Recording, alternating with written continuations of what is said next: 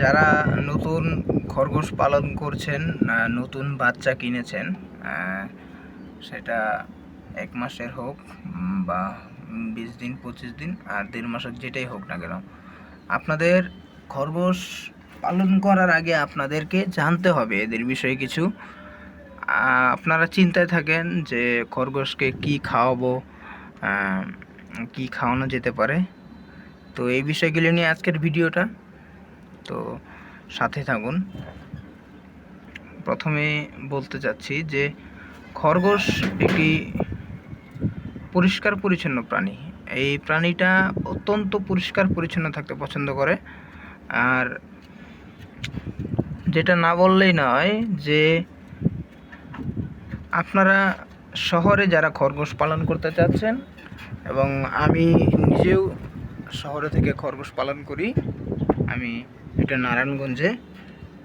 তো শহরে খরগোশ পালন করা যায়, কোনো ব্যাপার না। ছাদের একটা অংশে আপনি একটু ঢেকে দিয়ে এভাবেই একটা নিচে এটাকে পালন করতে পারেন, এতে কোনো সমস্যাই হয় না।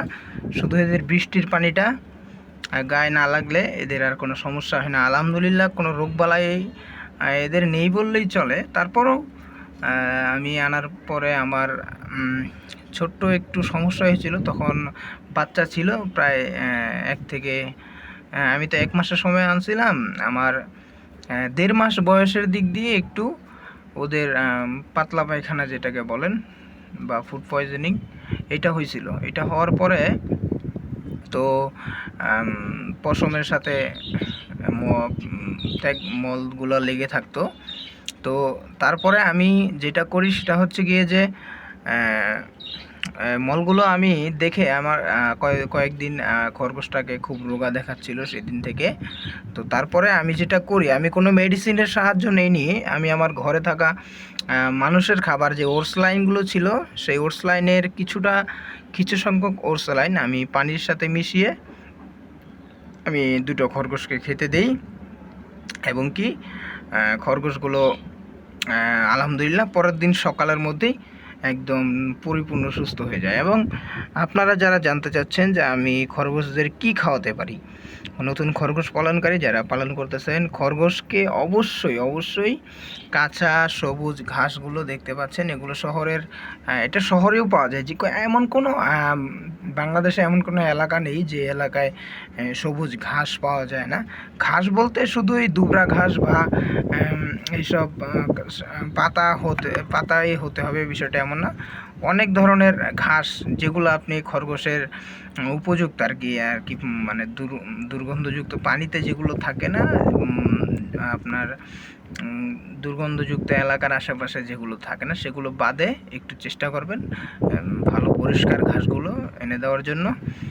তো এগুলো, আর আমি সাধারণত আমার খরগোশকে দেখতে পাচ্ছেন আমি একটু সিস্টেম করে খাইতে দিই। সেটা হচ্ছে যে আমি খরগোশকে সবসময় ঘাস এবং ভুসি খাওয়ানোর চেষ্টা করি। যে দেখতে পাচ্ছেন আমার ঘাসগুলোর নিচে পর্যাপ্ত পরিমাণে ভুসি দেওয়া আছে। আমি একটা সিস্টেম করে ওদের খাইতে দিই, সেটা হচ্ছে যে 80 ভাগের কাছাকাছি ওদেরকে ঘাস দিয়ে থাকি।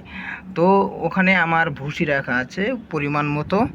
তো এই ঘাসগুলো শেষ হলেই অটোমেটিক্যালি ভুসিগুলো বের হয়ে যাবে, তখনও ভুসিগুলো খাবে। এবং পর্যাপ্ত পরিমাণে পানি দেওয়া আছে। আর পুরুষ খরগোশটি বাইরে ঘোরাঘুরি করছে, ওইটাকে আপাতত মহিলা খরগোশটির পাশে, মানে নারী খরগোশটির পাশে রাখছি না, ওইটিকে আলাদা রেখেছি। এখন যারা খরগোশ পালন করতে চান তাদের জন্য শুভকামনা। কোনো সমস্যা নেই, একদম পরিষ্কার পরিচ্ছন্ন একটি প্রাণী আপনি নিশ্চিন্তে পালন করতে পারেন। আর খরগোশ বিষয়ক যে কোনো প্রকার টিপস পেতে আমাদের চ্যানেলটি ফলো দিয়ে রাখুন, সাবস্ক্রাইব করে রাখুন। এবং ডিসক্রিপশনে আমার নাম্বার দেওয়া থাকবে, হোয়াটসঅ্যাপ নাম্বার। আপনারা যে কোনো প্রয়োজনে আমার সাথে যোগাযোগ করতে পারেন। ধন্যবাদ সবাইকে।